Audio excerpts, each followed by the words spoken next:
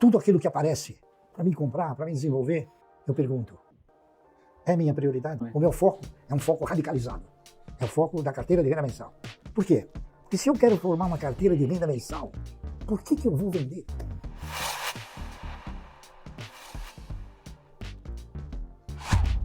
Se eu vender, não tenho mais a renda mensal.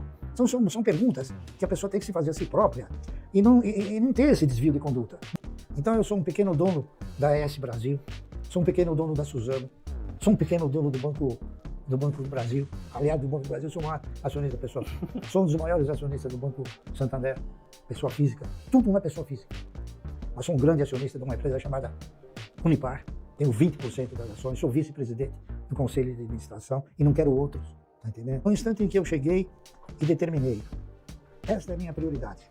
Eu estava desenvolvendo uma nova machadada, diria, né? Uma nova postura dos meus valores. Por quê? A partir daquele momento eu comecei a administrar os meus egos. Eu não faço nada se não analisar profundamente. Tá entendendo? Então, a prioridade acabou me ajudando em outros valores também. Acabou me ajudando em administrar os egos e controlar os egos. Então, eu sempre penso de uma forma, não é única, não é minha de pensar. Né? Por exemplo, se eu posso ter um veículo que me leva, que me traga com conforto, né? Por que eu tenho que depositar meu dinheiro para Mercedes-Benz? Fica comigo. Claro. A Mercedes-Benz não tem a minha grana. Então, quer dizer, o ego das pessoas é que às vezes fazem a pessoa a entrar no buraco, a entrar numa circunstância. É claro, hoje o mundo está constituído de uma forma tal que você está sistematicamente sendo assim compilado, sendo seduzido, faça isso, faça aquilo, faça outro. Então, o que eu aprendi também? Eu não vou ser um patrocinador. Por quê? Eu não quero patrocinar nem a Mercedes, nem a Porsche. Eu quero patrocinar a minha carteira. Então, eu dei essa exclusividade para a carteira. E isso não é uma neurose, tá entendendo? Não é uma neurose, é uma postura. Tá certo? É. E com essa postura, então, você alcança o teu objetivo. Sim. Porque não adianta você estabelecer uma regra e estabelecer um objetivo lastreado em metas e ir abandonando no meio do caminho. Então eu faço isso até hoje. Só que hoje nós fazemos com valores muito mais agregados, é claro, né? Mas com o mesmo sentimento de antes. Sabe? Com o mesmo sentimento, com a mesma postura, com a mesma, eu diria, humildade, tá entendendo? E é isso aí. Então, essa é a minha história.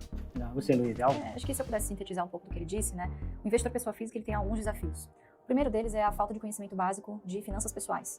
Então, para você ter a renda passiva, obrigatoriamente você tem que ter a renda ativa, suplantando esses aportes mensais e constantes ao longo do tempo, certo? O segundo desafio, ele está aqui, é mental, né? E ele tem que, obviamente, passar por diversas tentações que as próprias instituições financeiras, que o próprio mercado, colocam para esse investidor, como a gamificação, estimulam um jogo, né? Tudo isso estimula um comportamento muito mais de jogatina do que de propriamente de investimento a longo prazo.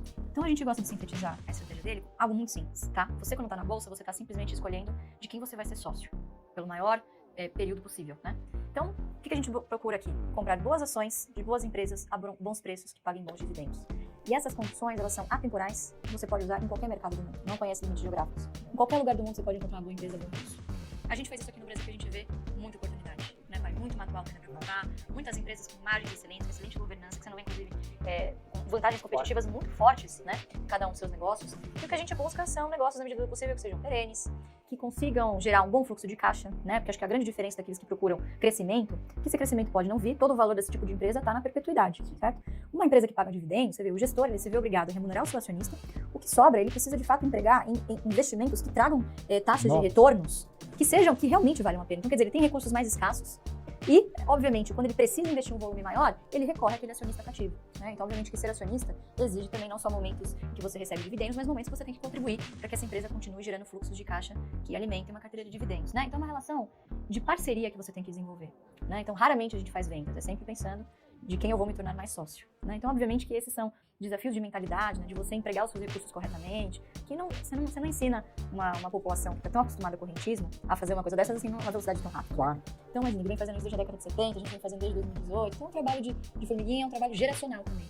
Então, a gente acredita que a próxima geração vai estar muito melhor, informada pelos seus pais, né, pelos seus familiares, de como seguir essa trajetória, né?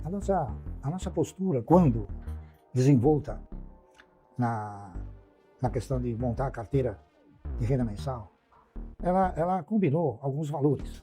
Eu tenho condições de ser dono? Pergunta. Não. Então eu posso ser parceiro? Pode. Eu posso ser dono do Banco do Brasil? Não, jamais. Mas eu posso ser parceiro, por que não? Então, eu falei, poxa, eu vou ser parceiro do banco. Hoje eu sou o maior acionista pessoa física do banco, você acredita? Pô, vou devagarzinho. Então, por que o camarada não pode ser parceiro? Então isso daí estimulou em mim uma postura seguinte. Eu não quero ser um acionista minoritário, eu quero ser um pequeno dono, entendeu? Eu quero mudar a minha posição, é pequeno dono, eu sou um pequeno dono, entendeu? Por quê? O dono não vende as ações, o pequeno dono também não tem que vender, certo? Ele compra. Então, e outra coisa, você tem que associar a evolução da carteira de renda mensal à evolução da quantidade de ações. Então, isso é mais do que óbvio, né? Só que as pessoas, às vezes, não analisam com profundidade. Então, observando esse critério de querer ser pequeno dono, por exemplo, hoje eu sou um pequeno dono da Klabin. Conhece a Klabin? Claro. Uma das maiores empresas do país. Né? Uma empresa que ostenta a direção que este país precisa. Ela investe na geração de riqueza.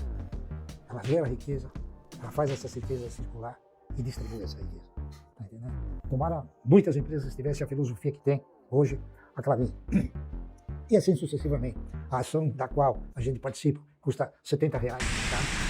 Em função do quê? Em função do direcionamento e da diretriz que você coloca na empresa. Que o dono é grande, parada, amigo, né? E um camarada que conhece, sabe e gosta de investir, acha que tem que se investir nesse país. Mentalidade essa que está praticamente exorcizada a maioria da população. Então, a gente procura ser o quê? Um vitorioso nato. A gente não aceita a derrota. Mas a derrota ela é inerente do fato, né? Sim. Só que a gente tem pouca. A gente tem menos, né? E a gente briga para não ter, entendeu? Exato.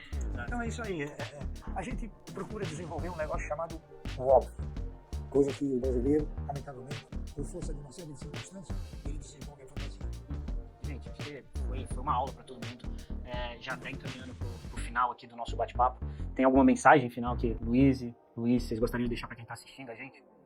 Bom, a minha mensagem pelo menos é o seguinte: o mercado de valores não é esse fantasma que muitos apregoam ser. O mercado de valores é um instrumento da economia que deveria ser direcionado de uma outra forma. Lamentavelmente, eu considero isso, é uma definição minha, nós somos um país que tem uma bolsa rica e um mercado pobre. Por quê? Porque aqueles que deveriam fazer alguma coisa pelo mercado, não fazem pelo mercado, fazem para o seu benefício próprio, correr atrás de emolumentos, fazer com que haja movimentações estratosféricas para poder se beneficiar de emolumentos e corretagem. O mercado precisa o quê? O mercado necessita de uma estrutura educacional, como a minha filha está desenvolvendo. Ela está fazendo o trabalho que o governo devia fazer. Está entendendo? Mostrar para o cidadão o caminho do investimento através do investimento na geração de riqueza, através das ações. O futuro não deste país, o futuro de todos os países é justamente esse. Você investir na geração de riqueza para que você possa gerar o quê? Tributo, emprego. Entendeu? Eu vejo as autoridades, grandes autoridades, chegar até falar, não, investe em outro país. Isso aí é ridículo, né? Você tem que investir aqui. Agora, por que o cidadão não investe aqui? Porque se ele investir em outro país, o custo dele é bem menor do que aqui. Então, o empresário, ele quando toma a iniciativa de edificar um negócio, é claro, esse negócio ele tem que ter duas coisas fantásticas. Ele tem que ter custo e lucro. Né? A pretensão aqui é que o cidadão não tenha lucro. Então, ele não pode ter um negócio. Então, você tem aqui uma série de ingredientes que maculam, que prejudicam esse benefício.